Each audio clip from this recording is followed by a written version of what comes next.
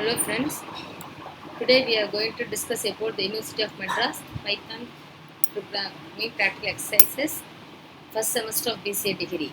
Exercise number 4, Fibonacci series. The problem statement is write a program to display the first n terms of Fibonacci series.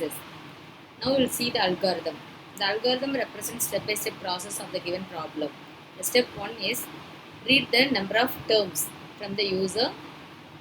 Then initialize the first two terms as f1 and f2 are 0 and 1, and it will use one more variable count equal to 0.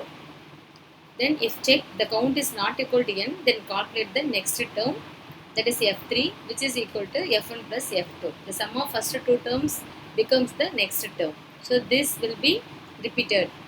So after that, before that you have to update the values of f1 and f2. f1 becomes f2 and then f2 becomes f3. Now increment the count by 1, display the third term as f3, then repeat the steps f3 and 4 until the count reaches the number of terms, and then stop the process. Now we'll see the flow chart. The flow chart represents the pictorial representation of the flow of data for the given problem. So first you have to start the process. The starting process always denoted by the symbols like this. Then input and output are represented by parallelogram. So we use this symbol to get the n value. Then initialize the first two terms f1 and f2 are 0 and 1. So these represent the processing statements. That's why using the rectangle box. Then we'll check in the conditions. The conditions are checked by using the decision box, that is the diamond symbol. If condition satisfied, then come to the stop the process. Otherwise, we find the next term. The next term is calculated by using the first two terms sum. Then update the values for first two terms. That means f1 becomes f2, then f2 becomes f3. Now increment the number of terms by 1. Again, we will continue the loop. If n is equal to 0, then we stop the process. Otherwise, we find the next term and then update values and decrement n. Again go for the conditions. So this process is repeated till n becomes 0. Okay. Now we'll see the demo for the Python program.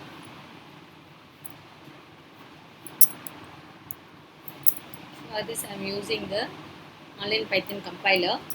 The first I had to, I am giving the title of the program, Python program for Fibonacci series, right? So first I have to get the n values. It's n equal to, I am using the input method to get the value from the user. So here I am giving the text, enter the n value. So usually this input method read the values as string format. So I had to convert this into integer using the input int method. So here the n value will be converted into integer because I am using that n terms as in calculation. So that's why I am converting into integer. So now I'll initialize the first two terms, n1 equal f1 and then f2 equal to 1.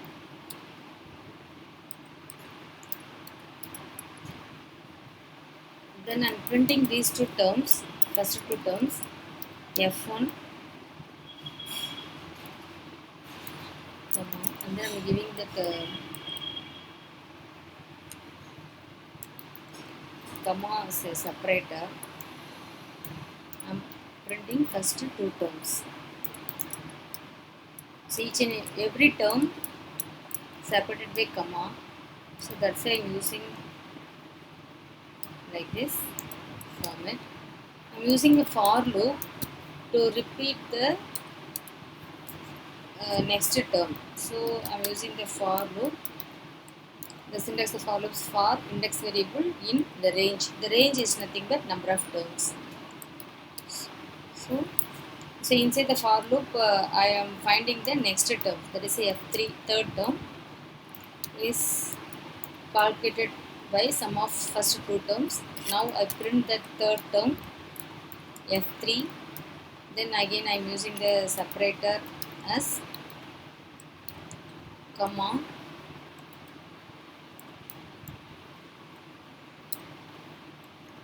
right?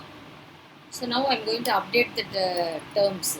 Now f1 becomes f2, then f2 becomes f3. Update the values. So these process will be continued till and the I reach the number of terms. So these are the first two terms. So before I'm giving the comments line, I'm printing